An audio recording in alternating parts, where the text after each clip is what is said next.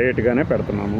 హరిహర వీరమల్లు తాలూకు ట్రైలర్ని ఇవాళ చూడటం జరిగింది. మామూలుగా చూసేవాళ్ళం కాదు. ఎందుకు అంటే ఆ సినిమా వాస్తవానికి ఆ సినిమాని ఎవరు తయారు చేసింది? ఫస్ట్ జాగర్లమూడి రాధాకృష్ణ. ఇప్పుడు క్రెడిట్ ఎవరికి ఇవ్వాలంటున్నాడు? రత్నం గారు నిన్న మా అబ్బాయి జ్యోతికృష్ణకే ఇవ్వాలంటున్నారు. ఆయన ఓపెన్గా చెప్పింది. అది ఎలా కుదురుతుంది? సగం చేసింది ఆయన. సరే, ఇది వాళ్ళకి సంబంధించిన విషయం. సినిమాలో ఆ డైలాగులు పవన్ కళ్యాణ్ తాలూకు యొక్క ఇమేజ్ని ఎలివేట్ చేసుకునేటట్లే ఉన్నాయి. ట్రైలర్ వరకు ట్రైలర్ చూసి సినిమానే చెప్పేస్తారా అంటే ఇప్పుడే చెప్పడం కుదరదు. కానీ నాకు కృష్ణరాజు గారు ఎప్పటి నుంచో విశాల నేత్రాలు అని ఒక సినిమా చేయాలని ఉంది అనేవాళ్ళు. అప్పట్లో నేను చిన్నప్పటి నుంచి ఆయన చచ్చిపోయే ముందు కూడా చాలాసార్లు అన్నారు ప్రభాస్తో చేస్తే బాగుంటుంది. అది ఆ నవల లాగా గనక ఈ హరిహర వీరమల్లను తీసుకుంటే చాలా బాగా వస్తుంది. కానీ అదే అలా తీశారో లేదో మనకైతే తెలియదు.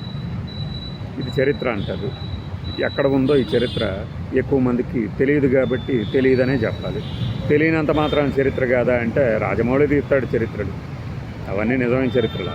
అలానే ఇందులో ఇతను ఒక దొంగల నాయకుడిగానే చూపించినట్టుంది. అంటే రాబిన్హుడ్ టైపు.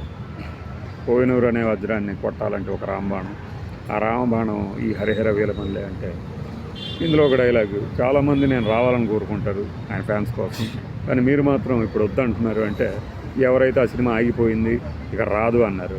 మనము ఆ సినిమా వాయిదా పడిందని మాత్రమే చెప్పాము ఒకసారి. కరెక్ట్గా అలానే జరిగింది. ఇలానే మన ఆఫీస్లో కొంతమందితో చెప్పాం కూడా, వాడెవడో సినిమా వాయిదా పడిందని సంకల గుద్దుకుంటున్నాడు, వాడికి వాయిదా కాదు రద్దు అయింది ఇక రాదని. తప్పు కదా అది. సినిమా చూడు, బాగుందో లేదో బాగాలేదో చెప్పు, అంతేగాని సినిమా రాకముందే ఇక రాదు అని గోడలగరేసుకుంటూ సంకల గుద్దుకోవటం ఏంటి? తప్పు కదా. పవన్ కళ్యాణ్ గారితో సినిమాలు చేసినటువంటి ఏం రత్నము ఆయన కొడుకు డైరెక్షన్లో, అంటే సెకండ్ యూనిట్ అనుకోండి ఇది, ఆయన డైరెక్షన్లో చేసిన సినిమా సందర్భంగా వాళ్ళ కొడుకు జ్యోతికృష్ణ ఏం చెప్తాడంటే అప్పట్లో ఆ సినిమా హిట్ తర్వాత ఈ హిట్ అని ఏకరవ పెట్టాడు హిట్ సినిమాల గురించి. కరెక్టే, నిజంగానే ఈ సినిమా కూడా ఆయన చెప్పిన కోవలో కనుక ఉంటే ప్రేక్షకులు అందరూ ఆదరిస్తారు. కానీ అంచనాలకు గనక ఏమాత్రం అందుకోలేకపోయింది అనుకోండి, ఆయన చెప్పినవే ఉన్నాయి అదే వరుసలో ఆ సినిమాల తర్వాత రిలీజ్ అయినాయి అన్నీ అట్లా పోయినాయి. ఖుషి తర్వాత జానీలు, మన గబ్బర్ సింగ్ తర్వాత సర్దార్ గబ్బర్ సింగ్ ఉంది కదా, అలానే అత్తారింటికి దారే తర్వాత అజ్ఞాతవాసి, ఇలా ఒక పెద్ద హిట్ తర్వాత పెద్ద ఫ్లాప్ లాగా ఇది కూడా హిట్కి వెళ్తుందా పాపకి వెళ్తుందా అని కథను బట్టి అలానే ప్రేక్షకుల్ని ఎలా రంజింపజేస్తుంది. పైగా దీన్ని పార్ట్ 1 అని చెప్పడం ద్వారా ఏంటంటే మేము పార్ట్ 2 కూడా తీయబోతున్నాము, నా దగ్గర అంత కెపాసిటీ ఉన్నది కథలో కూడా అని చెప్పడం అన్నమాట. ఇది ఒక marketing tactic. Devara cinema release అయినప్పుడు మనం రివ్యూ పెట్టాం, ఇదేం సినిమా రా బాబు అని పెడితే నువ్వు మూసుకో నీకు ఏమి తెలుసు, ఈ సినిమా సూపర్ హిట్ అద్భుతంగా ఉంది అని చెప్పారు. ఏదిరా మరి దేవరా 2 ఏదిరా ఇంకా రాలేదే? కొరటాల శివకి ఇచ్చిన హాలిడేస్ ఇంకా అయిపోలేదా? ఒకవేళ ఆ సినిమా రిలీజ్ మళ్ళీ మొదలు పెడితే 1 హిట్ అయినట్టు లెక్క అనుకోవాలా? సినిమా బాగాలేదా బాగుందా మాత్రమే చెప్పాను. చాలా రాడ్ సినిమా అది, ఇప్పుడు కూడా చెప్తాను.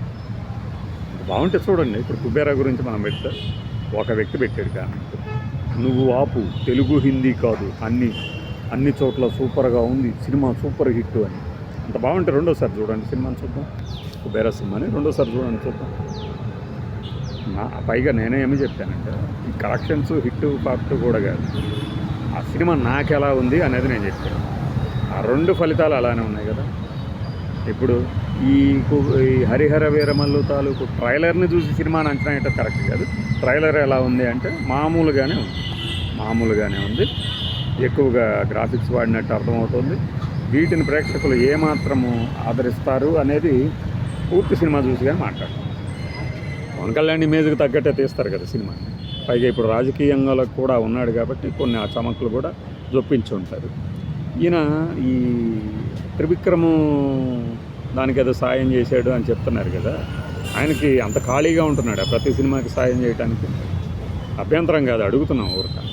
ఎందుకంటే ఆయన సినిమాలు ఆయన చేసుకుంటుంటారు కదా, వాళ్ళకున్న సాన్నిహిత్యం చేసి ఉండొచ్చు. కానీ జాగర్లమూడి క్రిష్ ప్లస్ త్రివిక్రము ఒకనొక సందర్భంలో సిరివెన్నెల గారి గురించి త్రివిక్రమ్ మాట్లాడినప్పుడు ఆయన జాగర్లమూడి కిందకు వచ్చినప్పుడు ఇక మీరు ఎక్కువ సభల్లో మాట్లాడకుండా ఉండటం బెటర్, సినిమా ఇండస్ట్రీలో చాలామంది మీకు దూరం అయ్యే అవకాశం ఉందన్నారట. మరి అలాంటి సాన్నిహిత్యం ఉన్న జాగర్లమూడి కృష్ణని పవన్ ఎందుకు పక్కన పెట్టాడు, జ్యోతికృష్ణని ఎందుకు తెర మీదకి తెచ్చాడు, మధ్యలో చివరిలో ఈయన ఏది దర్శకత్వ పర్యవేక్షణ సహకారము ఎందుకు ఇవ్వాల్సి వచ్చింది, ఇది చెప్పాలి కదా. ఇవన్నీ ఏంటంటే మిగతా విషయాలు. ట్రైలర్ వరకు సోగా ఉంది అంతే, ఎక్స్ట్రాడినరీగా ఏమీ లేదు. అది ఎవరు చెప్తే వింటారో ప్రేక్షకులు ఇష్టం, వీరమల్లు చెప్తే వినాలి. బై.